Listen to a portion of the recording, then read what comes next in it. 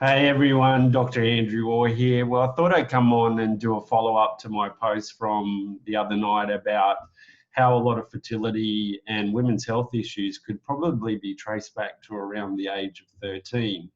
That being when a woman, may, although these days it might be a little bit different, but usually around about that time when a woman gets her menstrual cycle or her first period.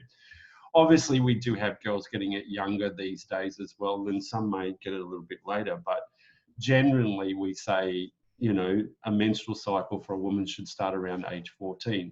But again, like I said, we're seeing it more and more younger and younger. Now, before I start any video like this, I always tell people that when I talk about this, I want to talk about the facts. And I know it can be a very emotive thing to talk about because a lot of people have been through a lot of things. A lot of women have been missed and dismissed along the way to their diagnosis of things like endometriosis, polycystic ovaries, adenomyosis, and a whole range of other issues that we do see women get missed and dismissed daily, and some are missed for a very, very, very long time. Now, as I just said, I need people to take the personal out of it before I talk about this, because it's a very, very big issue and there's no one answer. But at the same time, we need to talk about it because we need to try and bring education to it, and we need more education around it for all concerned. So now, the other thing is there's no one person to blame here. I know a lot of people will want to come on and blame the medical profession, damn this, damn that, it's someone's fault. Yes, there is a point around that. Yes, there are medical professionals that have missed and dismissed women, but not all of them are like that. And unfortunately, someone else's experience is not everyone's experience. So we can't just blatantly say all medical practitioners, all specialists, blah, blah, blah, are to blame for women's health issues, because it's not. So I need to make that very, very clear that I'm going to talk about what happens, who's involved in it, and how we can change it all, rather than blame individual sectors and individual professionals and all kinds of stuff.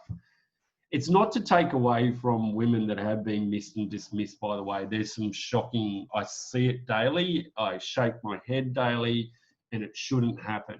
And I'd still, to this day, will jump up and down about it and be an advocate for women's health, and also those that miss and dismiss women. I'll definitely don't mind stepping on toes. But at the same time, we have to look at things objectively to get things done. We can't stay stuck or fixated on one area because it doesn't get fixed. So when we talk about the issues of what happens with women, a lot of it does start around the age 13.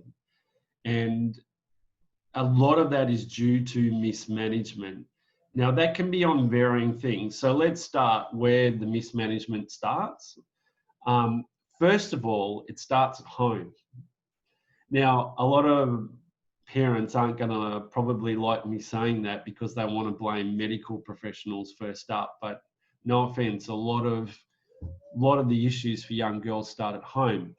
Now, the reason why that happens is also it's the young girls themselves, because what happens is that they go to school and they get told by their friends that period pain, menstrual issues, heavy bleeding, all that is normal, and it's not normal. So first of all, I need to say this: period pain is not normal. Period pain is not normal. We all agree on that. Everyone that has to do with endometriosis and adenomyosis and a whole range of specialists and professionals agree, ones that know about it anyway, good professionals agree that period pain is not normal. It's not. Sure, slight discomfort, things like that, sure, that can be normal, slight discomfort. But if you're taking a packet of Panadol, or even if you happen to take painkillers, without over-exaggerating, there's an issue, okay? So it gets back to the young girls. So these young girls are then told by their friends and their social media groups and stuff like that period pain's normal, and they think it's normal, or they've got heavy bleeding and they think it's normal. I know even my youngest daughter, recently I took her to a colleague, a friend of mine who's a very good gynaecologist and pelvic floor specialist, and he's an advanced trained laparoscopic surgeon too. So he knows his stuff, and I don't treat family, but even my own daughter doesn't listen to dad that knows about all this. And when she went in there, he was asking her about pain, and she said, yeah, I get this pain. And then, you know, how's your period? Oh, it's normal. What do you mean it's normal? Like, how many pads are you changing? Oh, well, I change about 4 or 5 pads in an hour. And he's like, that's not normal. Oh, but my friends told me it was, because they're all the same. And, oh, they've all got pain too, so they just told me it's all the same. And he's looking over at me, and then I look at her, and she goes, oh, yeah, but I don't listen to him. He's my dad. So there's that part. So trying to put a little bit of light humour on this, because it is a serious subject. But then also what happens is we get mums. I'm sorry, it's not just blaming mums, by the way, because dads, you mentioned the word period and they probably run away and probably don't want to know about women's issues. So traditionally, we don't see a lot of fathers dealing with this sort of issues unless they're a single parent and they've got young girls, and they'll have to find out, you know, and they're probably researching and stuff like that. And if they hear period pain's normal, they probably think it's normal. But really what happens is that, you know, their mum reiterates it. Well, so-and-so, well, I had that when I was growing up. It's normal. Put up with it. Or then we get some parents who go, well, we'll just see what happens. And I'm always talking about that. I've even written posts on it, that the delay in getting your daughter to see someone is a big issue. And I often have to say to parents is that the wait and see approach does not work, because the wait and see approach could end up you not being a grandparent and your daughter having fertility issues and then living a life full of pain and all kinds of stuff. We need people to understand that the longer that a disease is there, any disease state, the longer it is there, the worse it can get and the more damage it can do. Early intervention, early management is the key to any disease. Prevention is the key to any disease, but some diseases are genetic or hereditary, like endometriosis, adenomyosis, polycystic ovaries, things like that can be, well, we know that they are hereditary factors there. So if a mother knows she has endometriosis, or a grandmother knows she's had it, and a mother knows that they've got endometriosis or adenomyosis, there's a really good chance, a very high chance that your daughters will have it too. Now, that's not blaming anyone, and I don't want anyone to have the guilt around it. Genetic factors are genetic factors. They're in our genes, they get passed down. It's nobody's fault. I tell people I've got a genetic factor called hemochromatosis. 1 in 200 people have it. A lot of people of Celtic descent and stuff like that. I'm unfortunate enough to have it. I can't blame anyone. It's not anyone's fault. It's a gene defect that gets passed down through certain lines. So it's the same with endometriosis and causes of period pain and polycystic ovaries and adenomyosis and a whole range of other things that we have as humans. They're just genetic defects, mutations and all kinds of stuff that we all have to put up with. So we can't feel guilty. But it does start at home first, as I said. So when your daughter first gets their period and she's suffering in pain or lying on the floor, I can never understand why parents take so long to get their daughter to see someone. If my daughter was lying on a bathroom floor and she was in pain and that was her first period, I know what I'd be doing. I'd be taking her straight away. It's not the wait and see approach. Do not do that. Period pain, I'm going to keep saying it, period pain is not normal. Sure, when women first get their menstrual cycle, there can be some irregularities and it can take a while to sort of regulate a little bit. You know, it might take 6 to 12 months to get a regular period for a young girl. But pain's not normal. So then what happens? The next bit is mismanagement. And I'm going to talk about this because, and again, if anyone is in the medical profession, this is not a shot at you either. It's not to damn my colleagues or anyone else. But the fact is, there's conditions like endometriosis that often take between 7 and 10 years to be diagnosed. They say it's down to about 7. I call BS on that one, because I know there's some women that have taken 20 odd years to be diagnosed, or some women are never diagnosed. So the fact that it takes 7 to 10 years means there's a lot of people that miss it and dismiss it along the way. That's a fact. And the medical profession has to start owning that, and they have to start doing something about it, because there are clear-cut signs and symptoms for things like endometriosis. There are. If some woman comes into your clinic or a clinic with period pain, ovulation pain, IBS symptoms, bloated belly, related to the menstrual cycle, you know, they got abnormal uterine bleeding, bowel issues, things like that. There's a good, and clotting and all that, and pelvic rectal pressure feeling, all that kind of stuff, and the period pain's getting worse. I'm sorry, but they're clear-cut signs and symptoms from the Royal College of Obstetricians and Gynaecologists. They've actually got that there, the guidelines for endometriosis. So they're clear-cut. No one can make any excuse around that. But at the same time, what the general public have to understand, that when you go and see a general practitioner, they are a general practitioner. So they probably learned one subject on women's health, to be honest. Let's be honest here. They aren't specialists. So we can't put all the blame onto them either for not knowing, because they're a general practitioner. They know a lot of stuff about a lot of things. So they aren't a specialist.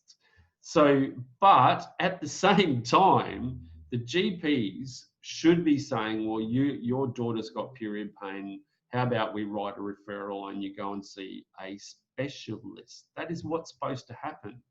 But that doesn't happen.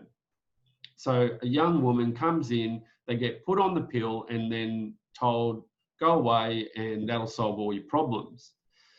It doesn't solve all the problems. All it does is mask the problem, and then sometime later, when the women come to see someone like myself or a fertility clinic or whatever, and they can't have babies, there's a bloody problem right there, and that's it. The other thing we need to make very, very, very clear, the pill does not regulate hormones. It creates a withdrawal bleed. That's all it does. All it does is create some normalcy or regularity to a cycle, but not really, because all it is doing is creating a withdrawal bleed. That is not a proper period.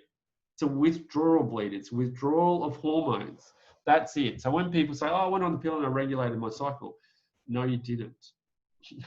That's not what happened. It just created a withdrawal bleed so that you actually get a period on a certain time. That's it. But the problem is, for things like endometriosis, if a woman are put on a combined oral contraceptive pill, which has got estrogen in it, we know that that endometriosis is estrogen driven. So there's a problem there. So they really should be on a progesterone only option, or something like a Mirena oil. And there are the adolescent Mirenas now as well, which is really good. But, you know, some of those things require a multi-modality approach. So they might need a pelvic floor specialist. They might need complementary medicines. They might need diet. They might need a dietitian, or, you know, a nutritionist and things like that. There's and a pain specialist and a counselor, a psychologist. There's multi-facets to things like endometriosis and even polycystic ovaries, which, you know, let's face it, have a high incidence of having diabetes, cardiovascular disease, although anybody of any weight and things like that. There's insulin resistance is a major cause of it. And our diet and our lifestyle and everything these days is a big cause of it. Look at it is actually Diabetes Week this week, Diabetes Awareness Week. But look, those that have polycystic ovaries are at very high risk of diabetes because of a defect again. A lot of it's related to insulin resistance. If there's someone in the family with diabetes or actually has PCOS and things like that, high chance that siblings, daughters, any relative could have it. So first of all, yes, the GPs are missing, and we do know that that does happen. But at the same time, I don't want people blaming GPs as well. GPs are a necessary requirement. Without them, they save lives, they pick up a lot of crucial things, but they aren't gynecologists, right? That's the problem. They're not women's health specialists. They don't do postgraduate training in women's health. They do one tiny module. It's the same we see in complementary medicine. They don't do postgraduate training. So those people saying, oh, yeah, I do women's health and blah, blah, bullshit. Unless you've done postgraduate training, you are not a specialist in women's health. I'm sorry, but you're not. Just because you weren't one module and you're a woman, it doesn't mean that you're an expert in it. It's like I say to people, just because you have a disease doesn't make one an expert in it. It's like me, I've got asthma. Doesn't make me an expert in it. Yeah, sure, I know a lot about it. And women that do go through think they know a lot about it, but you're not an expert. That's the other thing we need to know. So there's that issue too. Then we go from the GPs to the next stage where some specialists, people are seeing the wrong specialists. So some people are getting sent to endocrinologists for things like polycystic ovaries and that, when really they should be sent to a gynecologist or a women's health specialist or someone that deals with that. Or if someone's having fertility issues, they should be sent to a fertility specialist, because medicine's very segmented. You go and see someone for a particular thing. So if you've got an ear, nose and throat issue, you go see an ear, nose and throat specialist. If you've got a thyroid issue, you go and see an endocrinologist. If you've got a fertility issue, you go and see a fertility specialist. If you've got a pelvic floor issue, you go and see a pelvic floor specialist. So you get my drift here. So that's what happens. A lot of people get referred to the wrong people. The other thing is the referral system thing. A lot of people don't know what a good specialist is and what they specialize in. Then we have the part where women with endometriosis will need to see an advanced trained laparoscopic surgeon that does excision. They're not allowed to advertise it. There's not a real good ranking system on what one is. And so that's the issue too. Then we've got the public system. So women end up in the public system, then they see a trainee. They don't actually see, they think that they're seeing someone high up, but really they're seeing a trainee. There's an issue there. They're not specialised in a certain area of that, but they're training. But at the same time, if you're at the mercy of the public system, that's all you've got. And in places like Australia, I have to admit, we have got a pretty good health system in one aspect, that you can actually go and get stuff done. Sure, there's long waiting lists, there really are. And if you really want stuff fixed, you really need to see a private specialist. But at the same time, we see some people going seeing obstetricians for things like endometriosis and things like that. That's not their area. Unless they are an advanced trained surgeon or something, it's not their area. They deal with babies. Sure, they do a little bit of general gynecology, but it's not their area. You need to, again, specialise in a certain area. So there's that issue. And then we've got all the lack of education and lack of funding on government levels as well. So we need more funding on that to get the education out there, because that's what's happening as well. We're not getting that funding. Then we've got social media. Social media probably causes a lot more issues. While it's great to get information and all that, it causes a lot of issues too, because then we get groups of people that have a certain disease or a certain issue that then think they are a professional and they think they're an expert in it. And while they have suffered the disease and stuff, we see a lot of these groups become very, very toxic where people live in their disease. It's all about the disease and then they never move on. And that's the other issue too. So we see a lot of toxicity within groups, and there's a lot of mental health issues and stuff that aren't getting addressed, and people are self-prescribing, they are self-diagnosing, they are doing a whole heap of things that they shouldn't be, and telling each other, and help self-prescribing and things like that. Support is great, support is fantastic, but when it comes to medical diagnosis, when it comes to prescribing medicines, that should only be done by a qualified healthcare professional, because there's so much, unless you've done all those years of study, that can be missed, and it can be dangerous. That gets to the other issue, that there's a lot of people sitting at home then trying to treat themselves, because I often ask people, well, what are you doing? Oh, I'm just taking pain medications. So that's it. That most women's health issues like endometriosis, polycystic ovaries, adenoma, all that are going to require a multimodality approach. And that's not just taking medication. Surgery and medications don't fix everything. That's the issue too. We've got this expectation of some people, I've had the surgery, I should be fixed. No, we know despite the best medical interventions, the best surgery, whatever, women are still in pain and they're suffering symptoms because they're not addressing the whole lot. That's where you need to bring in pain specialists, you need to bring in mindfulness, you need to bring in complementary medicines, you need to bring in diet, lifestyle interventions, exercise, psychology should be part of it. So it's a whole range of issues, because we know that pain, unless we address up here, it can make pain worse. So there's all that. And then if we don't address the microbiome, then all our gastrointestinal stuff is worse and things like that. So it's this huge thing. It's not just one group, because a lot of people know, oh, it's the medical profession's fault because if I had got diagnosed, blah, blah, blah. Yes, that is true. That is partly true. But at the end of the day, we also need to educate women at a very young age to know that period pain isn't normal, or period and menstrual issues or heavy bleeding isn't normal, and that you need to go to your GP. And if your GP won't help you, find another one and get a referral to a specialist and see a good specialist. And that's the other thing. We need to bring in more education around people that deal with certain areas. So if you do have endometriosis or suspected of endometriosis, you go and see someone who is an expert in that, not just general stuff. You need specialized areas. And also, it's a group of, we need everyone working together for the greater good of people. And that's part of what I'm trying to do now with our experts program, is get a group of healthcare professionals together and all work together on the same page, and have where the general public can find, an advanced trained surgeon, or they need a nutritionist, or they need a dietitian, or they need a pelvic floor specialist, they need a good GP, they need a good psychologist, they need someone that can do acupuncture, they need this, they need that. It's all in there, and they all work together. So this is the thing.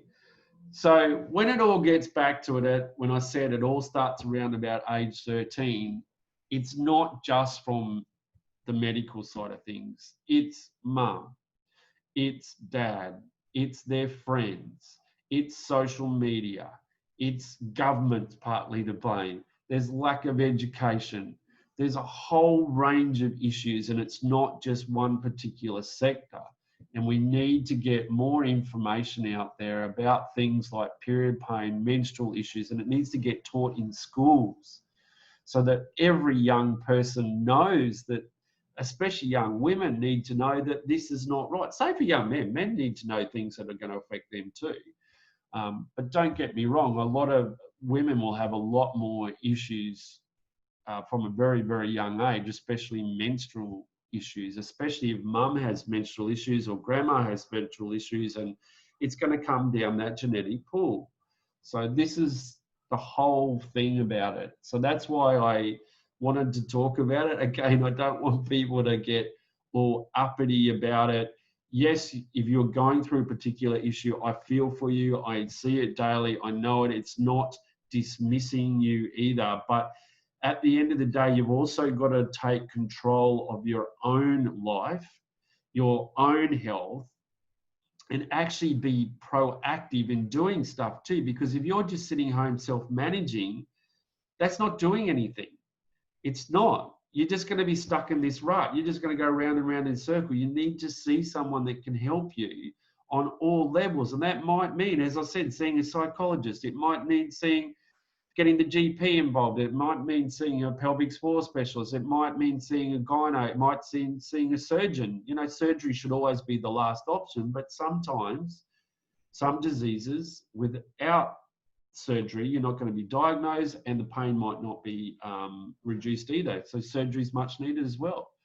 But there's lots of other things like complementary medicines that may help. And it's all exploring all avenues and mindfulness and all that. So sorry to waffle on, but it's a big one. I wanted to put it in writing, and I was going to create a post, and I thought, you know, no matter how I say this, it's going to come out wrong.